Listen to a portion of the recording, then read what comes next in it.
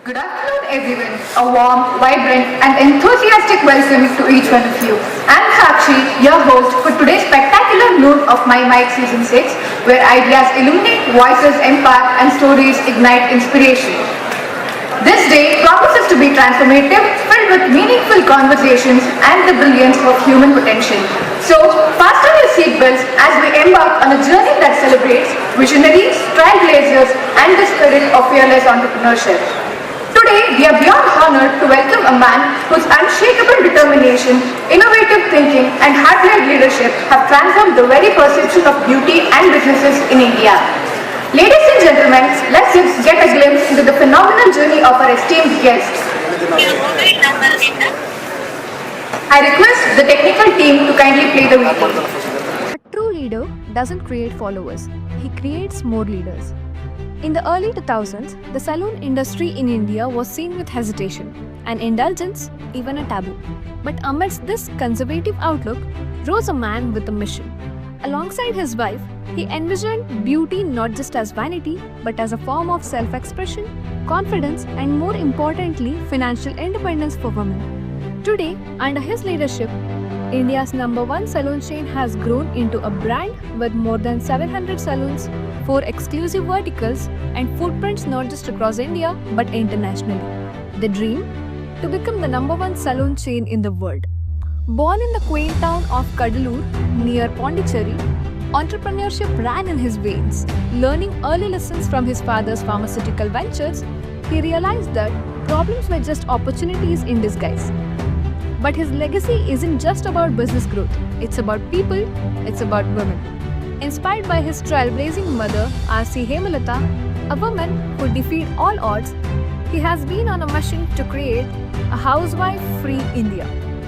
To date, his work has empowered over 300 women entrepreneurs, and with unwavering focus, he aims to create 1,000 entrepreneurs, 3,000 salons, and 50,000 jobs globally by 2025. He firmly believes that beauty lies not in appearances, but in confidence, passion, and purpose.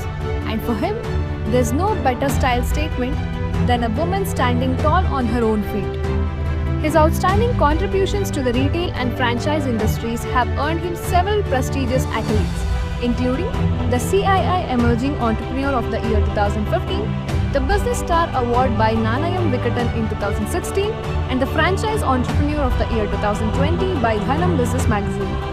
So today, as we stand in the presence of someone who dared to dream, disrupted an entire industry, and uplifted countless lives in the process, let's welcome the visionary, the change maker, the empowerer of women, the entrepreneur with a heart, the co-founder and CEO of Naturals Salon, Mr. C.K. Kumaravel in MyMike Season 6, 2025, hosted by RNS MBA. To honor this moment, I now request Dr. Deepak K to kindly extend the floral welcome as a gesture of respect and admiration to our distinguished guest, Mr. C.K. Kumaravel.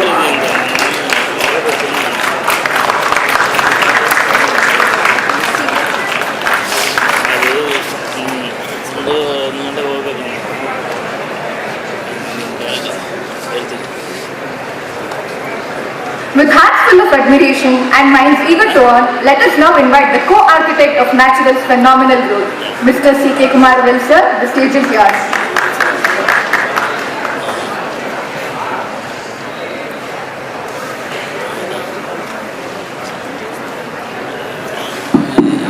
Thank you, Sakshi, for that wonderful introduction, and happy afternoon, my dear student friends. I love two things. One is to talk to students, another is to talk to entrepreneurs. Here I believe is a set of students who are getting ready for entrepreneurship. So my hearty congratulations and best wishes to each and every one of you. Thank you. I studied in PSG Arts College, Coimbatore, and I joined BSc Nutrition Department because a friend of mine told that there are a lot of good-looking girls in that department.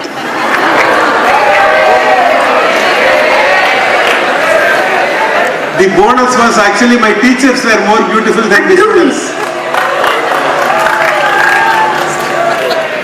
We belong to a group of students who will go to the college daily and not go to the class. One day we were idling in the canteen and having a cup of coffee. A friend of mine told that there is a guy called M.S. Udayamurthy who's come and speaking in the auditorium. Why not we listen to him? I said, okay, anyway we are idling in the canteen. Why not we see what is this Udayamurthy is up to?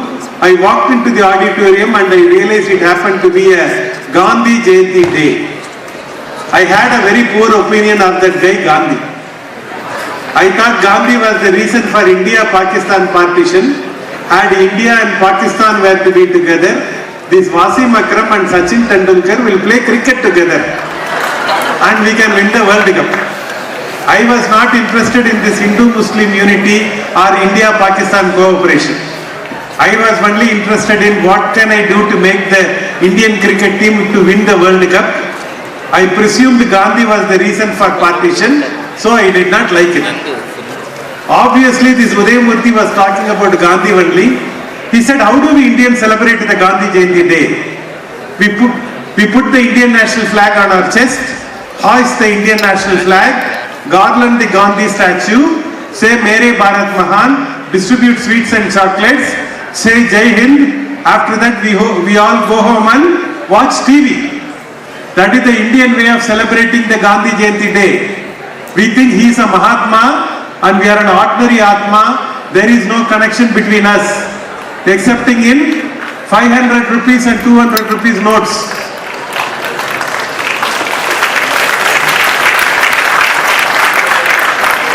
And Udayamurthy sir said, there is a Gandhi photo, Gandhi portrait in American Parliament, Washington DC. Below the portrait, it is not written Mahatma Gandhi, father of the nation India. It is not written M.K. Gandhi 1869 to 1948. It is written, a single man can make a difference. Look at how Americans are looking at Gandhi as holiday. Whereas when Kalam's death message came, we all felt sad because we thought we have lost a family member or a dear friend. That is the kind of connect he has managed to establish. While the earth would have lost a great warrior, heaven couldn't have gotten a better angel. That's called a legendary life and that's called a complete life.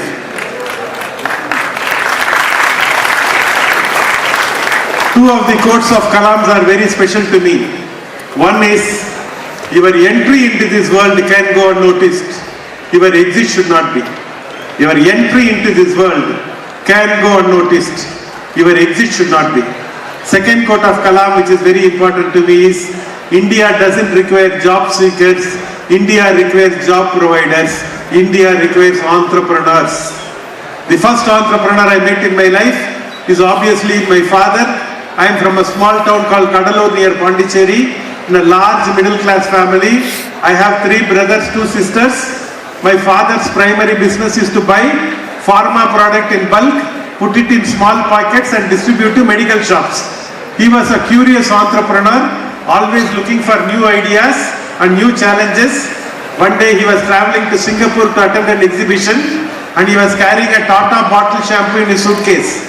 Fortunately for us and unfortunately for him, the bottle broke and it soiled his entire dress. Instead of blaming the Tata bottle maker or the suitcase maker, he said, hey, here is a problem. Can I fix it and convert to an opportunity? That's called entrepreneurship. Entrepreneurship is not about an MBA degree. It is not about having lakhs of money in your bank account. It is not about a Tata Birla surname. It is about your ability to think different. Can you look at a problem and say, here is an opportunity, then you are ready for entrepreneurship. Remember what I told my father did? He saw pharma products in bulk and put it in small packets. He thought, hey, why not I also put shampoo in small packet? He made his own shampoo formulation. He made his own machine to assemble the machine to pack the sachet shampoo. He packed the India's first sachet shampoo, called it Velvet and launched it to the market. India Today came out with an article. About 50 revolutions which changed India after independence. My father's sachet innovation was number 8 in that. That was one of the most gratifying moments. He said something very interesting. He said what a rich person is able to enjoy, the poor person should be able to afford. Way back in 70s and 80s, shampoo was used only by rich people. Poor people cannot use shampoo because it was available only in 100 rupees. Shampoo, when it became 1 rupee, it became business at the bottom of the pyramid. See, that is where the sachet revolution started. Today when I see a hanging shop, not only shampoo, it is conditioners, it is pharma products, it is cosmetics, it is food products. I silently thank my father for two things. One, for pioneering the sachet revolution, and two, most importantly, for not patenting the idea. See, when you buy a pomegranate fruit, if you break that fruit, you can count the number of seeds in that one fruit. But if you plant one seed, you will not be able to judge how many fruit will come from that one seed. The seed called the sachet, what he has sown then, is today available in multiple products and multiple formats. That is what is the first thing what my father has did. Second one, he did not patent. All his friends and well-wishers said, you should patent the idea. It is a brilliant idea. My father said, no, I don't want to patent. Many products should come in this format. That is what the country requires. If he had patented the idea, C.K. family may have made 200, 300 crores more, but the world would have lost. Entrepreneurship is not about making money alone. It is about positively impacting the world. Don't come to entrepreneurship just to make money. The man who made the www internet, World Wide Web, all his friends and well-wishers told, wonderful idea, patent it. He said, no, I don't want to patent it. I want to keep it as open source. Today, every second, 2,000 people are using and creating a website because he has kept it open source. If he had patented it, he would have made a couple of thousand crores, but the world would have lost. Please don't come to entrepreneurship just to make money. It is an opportunity to positively impact the world, and that's what is entrepreneurship about. Second one I want to leave the thought with you is, entrepreneurship is about self-belief. Self-belief, self-belief, self-belief. My sister one day came to my room and told, you are responsible for your own life and your own success. Till such time I thought my parents are responsible for my success, my brothers are responsible, my boss is responsible, my teachers are responsible, my government is responsible, my astrology chart is responsible, God is responsible. I never thought I am responsible for my own life and my own success. There are two important lives in everyone's life. There are two important days in everyone's life. First, the day you are born. Second, the day you realize why you are born. Sooner the second realization comes for you, the life for you and the life around you will change. There is a beautiful statue called David in Italy, which the visitors used to marvel. The background story is, go back to 500 years. There used to be 18 feet long marble block, which the museum officials will show to all the sculptors and ask them, can you do something with this, can you do something with that. That time the famed sculptor is Leonardo da Vinci. He will look at that marble stone and say, this is flawed and useless, nothing can be done. Fast forward another 300 years, next superstar of sculpting industry, Michelangelo. The museum official will show to this rock, this marble block to this Michelangelo and ask him, can you do something with this? He said yes, and he will start working on it. His work is David.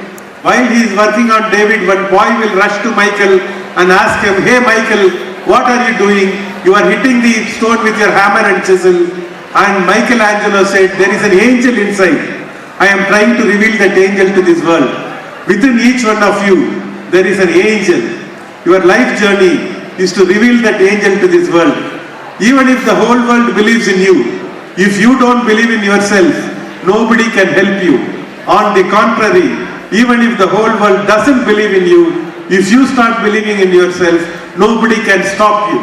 Quality of the painting is the responsibility of the painting, no blaming alone. Quality of the sculpture is the responsibility of the sculptor, no blaming alone.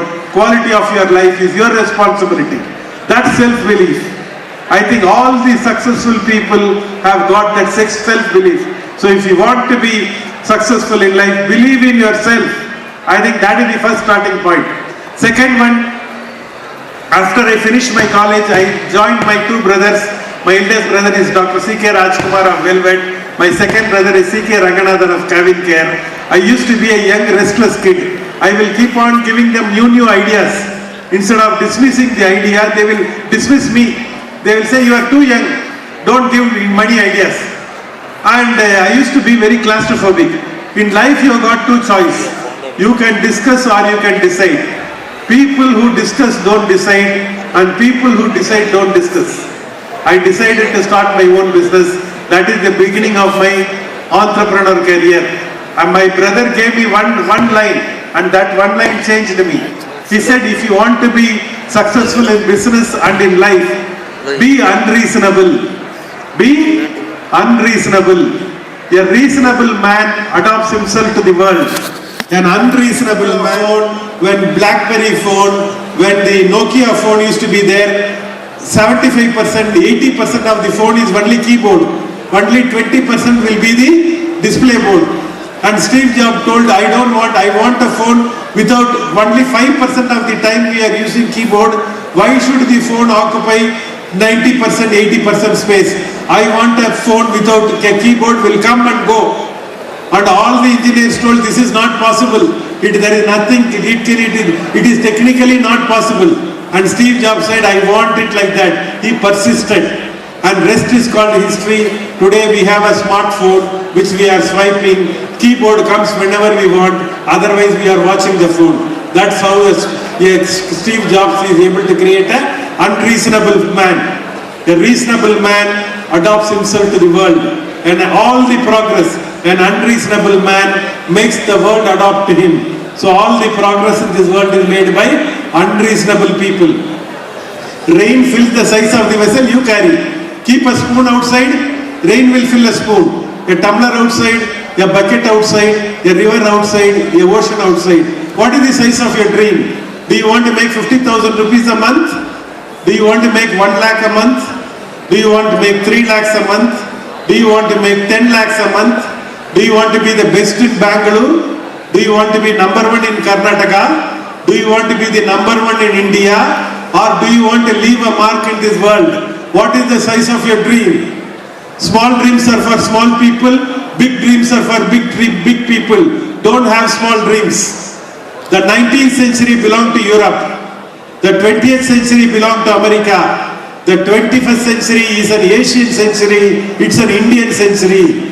At this point of time, where you are is very important. In the 90s and 80s, if you want to have a good, successful, secure, comfortable life, you have to go to America. Now America time is over. 140 crore people, young and aspirational population, digitally the most savvy population, data cheapest in the world. Watchman is not sleeping, watchman is watching movies. This is the scenario happening in this market. What is required is large, big, wild dream. Do you have the courage to have a big dream? I think that is what is needed. The Saravana Bhavan and Annapurna are in food industry. The KFC and the Pizza Hut are in food industry. The Swiggy and Zomato are in food industry. The difference is business models. In this world, the values are hidden or trapped at an individual level, at a company level, at a community level, at a country level. Business model to unlock the hidden value using technology are going to be the new winners. I repeat, business model to unlock the hidden value using technology are going to be the new winners. An Airbnb unlocked the extra room available using technology. They became the world number 1 hotel here. Then Uber and Ola unlocked the extra car available using technology. They became the world number 1 transporter. Swiggy and Zomato unlocked the hidden value, made a delivery business, world number 1 delivery company. Same is the case with urban companies, same is the case with Swiggy and what you call Zepto, all these new age technology company. We are all immigrants to technology, you are all native. Don't have small dreams. Technology, where you are operating, India, large problem, 140 crore, young and aspirational. Left there is a problem, right there is a problem, middle there is a problem. Solve the problem, connect it with technology. It is a $1 billion opportunity. It is not a small opportunity in India. Few years before, I was in a conference in Bombay. Speaking to my right was a Lakme Salon CEO, left was a new elderly woman who come to the beauty and wellness industry. She said, I am new to this industry. I see a very interesting opportunity. I will enter into it and figure it out. I said, what do you mean by enter into it and figure it out? I didn't even bother to collect a visiting card. Fast forward 10 years. Her name is called Falguni Nayyar, the owner of the Nykaa.com. Unlocking the hidden value using technology. Today she is worth 1 lakh crores. All of us in salon industry put together, not even 50,000 crores. That is called the technology. That is the opportunity in front of you. Identify a problem, big, large problem. What problem are you solving? That is the first question you should ask. Then, what solution to the problem? Connect it with technology. You have a $1 billion opportunity, operate in India.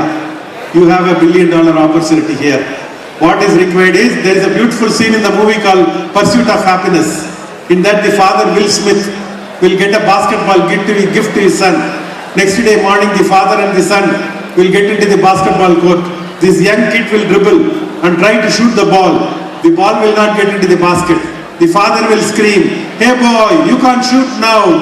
Don't try, you need to grow. And he will try to walk out of the court. This young kid will again dribble. This time he will throw the ball will get into the basket.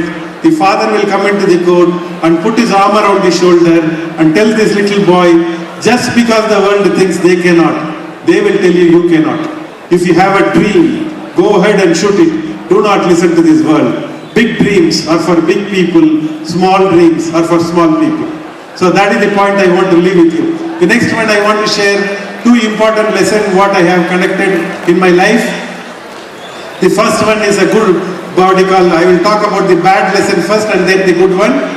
The bad lesson is we are all good people. We are all Indians. We are all God-fearing people. We are not God-loving people.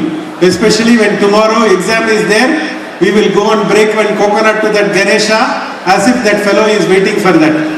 Okay, that is how we are in Indian society. But it is one such time in the mid-90s, I have lot of problems. I have financial problem, I had business problem. So I became a big Ayyappa devotee. I went to Sabarimala every year. When I had more problems, I went twice. That poor fellow Ayyappa didn't help me. So I came down and I changed. I changed to Balaji. I went up to Tirupati and I bribed that fellow. That Balaji also didn't help. So I came down and I went in search of these Allahs and the Jesus and the astrologer and the numerologist and the gemologist and the vastuologist. Already I was poor. These people made me even poor. That is when I went to Ramakrishna Mutt, saw a picture of Swami Vivekananda. Below the picture it was written, to me he is not an atheist who does not believe in God. To me he is an atheist who does not believe in himself. For the belief in God starts with the belief in self. I got the message what I wanted. Started believing in myself. Slowly but steadily my life started changing. Today there is a Monday God. Some gods are powerful on Thursdays. Some gods are powerful on Saturdays. Some gods are powerful in the morning. Some gods are powerful in the night. Some gods will come home, bless you and go away. There is a tamasha happening in this country in the label of God. Ours is the only country where the first bribe is God, to God. And the first corruption is God accepting the bribe and not honoring the commitment. There was one guy who was praying to God every day, I believe. He was praying, I want to win a lottery ticket, I want to win a lottery ticket, I want to win a lottery ticket. He was praying every day for 3 years. One day God got very angry, it seems. He came in his dreams and told, first go buy a lottery ticket. Keep on praying and not doing any work. What can that poor fellow God do? Go buy lottery ticket first. Then only God can help. So that is first go work. If you don't work, God cannot do anything. First is work. And then only, first is self-belief. And then only God belief. Today my routine is 5 minutes. Pray as though everything depends on God. rest of the waking moment, work as though everything depends on me. I think God did not create man. Man created God, but he is a useful creation. Minus that creation, the world will not be together. Rich people beg inside the temple. Poor people beg outside the temple. Whether you are rich or poor depends on where you are begging. God is not the author of your destiny. God is a co-author of your destiny. First is self-belief, then God belief. That is the lesson I got from my life, and that changed my life significantly. Second is the good one, which happened when I was in class 7. My father told, business success and English are related. I was a Tamil medium student. All subjects are taught to me in Tamil. A for apple, B for ball boy. And here is my father who says, business success and English are related. And I want to be like my father. And I started reading Hindu paper. Only sports page I can read. After that, I go to college, Coimbatore. Bigger city, co-ed college, English medium. I was like a fish out of water. Most of the class I used to bunk. One Professor Tyagarajan will take class like that without looking into the book. We used to love his class. And one day he was talking about a book called Future Shock by Alvin Toffler. In that Alvin Toffler, one of the favorite quote of Alvin Toffler is, the illiterates of the 21st century are not the ones who cannot read and write. The illiterates of the 21st century are the ones who cannot learn, unlearn and relearn. Here is that Professor Tyagarajan is talking about Future Shock book. I went and bought that Future Shock book, 440-page book. So far I would have read some 40 pages. Every time I try to read one half page only, I will sleep off. But because my father told no, I was in a search mode. I was thinking, what can I do? Then I used to buy books from the platform. 50 rupees books, how to win friends and influence people, Think and Grow Rich, one of my favorite book. I think the title only says everything. Think and Grow Rich. I used to buy that book. I used to read one chapter, maximum 2 chapters. How much can a Tamil medium boy read these English books? Not much, but I was in a search mode. Then I went to my favorite bookshop called Landmark. I was searching the counter. There was a book called Innovative Secrets of Success.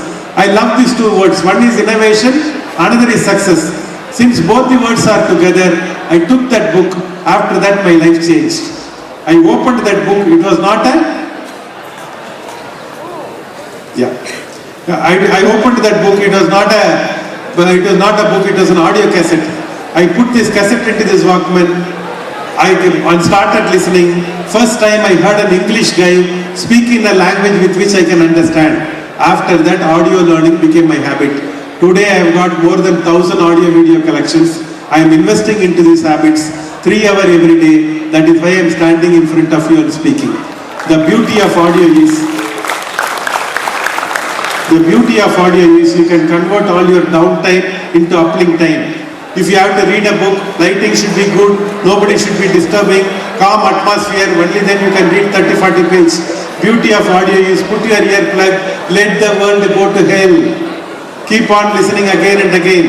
We are all listening to A.R. Rahman music, Ilayaraja music, all those music directors, cinema music. If you keep on listening to them, only their life will change. Our life won't change. If you want our life to change, convert downtime into uplink time. Formal education will make you survive in life. Continuous education will make you a fortune. If you want to earn more, learn more. If you get this one line, your life will be made. If you want to earn more, learn more. That's all. Last point I want to leave with. The elephant is the biggest, the giraffe is the tallest, the cheetah is the fastest, but the lion is called the king of the forest because the lion is the most courageous. Whether you have Dhana Lakshmi, Dhanya Lakshmi, Gaja Lakshmi, Adi Lakshmi, Maga Lakshmi, it doesn't matter. Whether you have Dhairya Lakshmi, if you have Dhairya Lakshmi, all Lakshmi will come. Otherwise you can have Lakshmi only in your name. I end where I began. Your entry into this world can go unnoticed. Your exit should not be. Wishing you all the best. Together, let us build a beautiful world. Thank you and best wishes.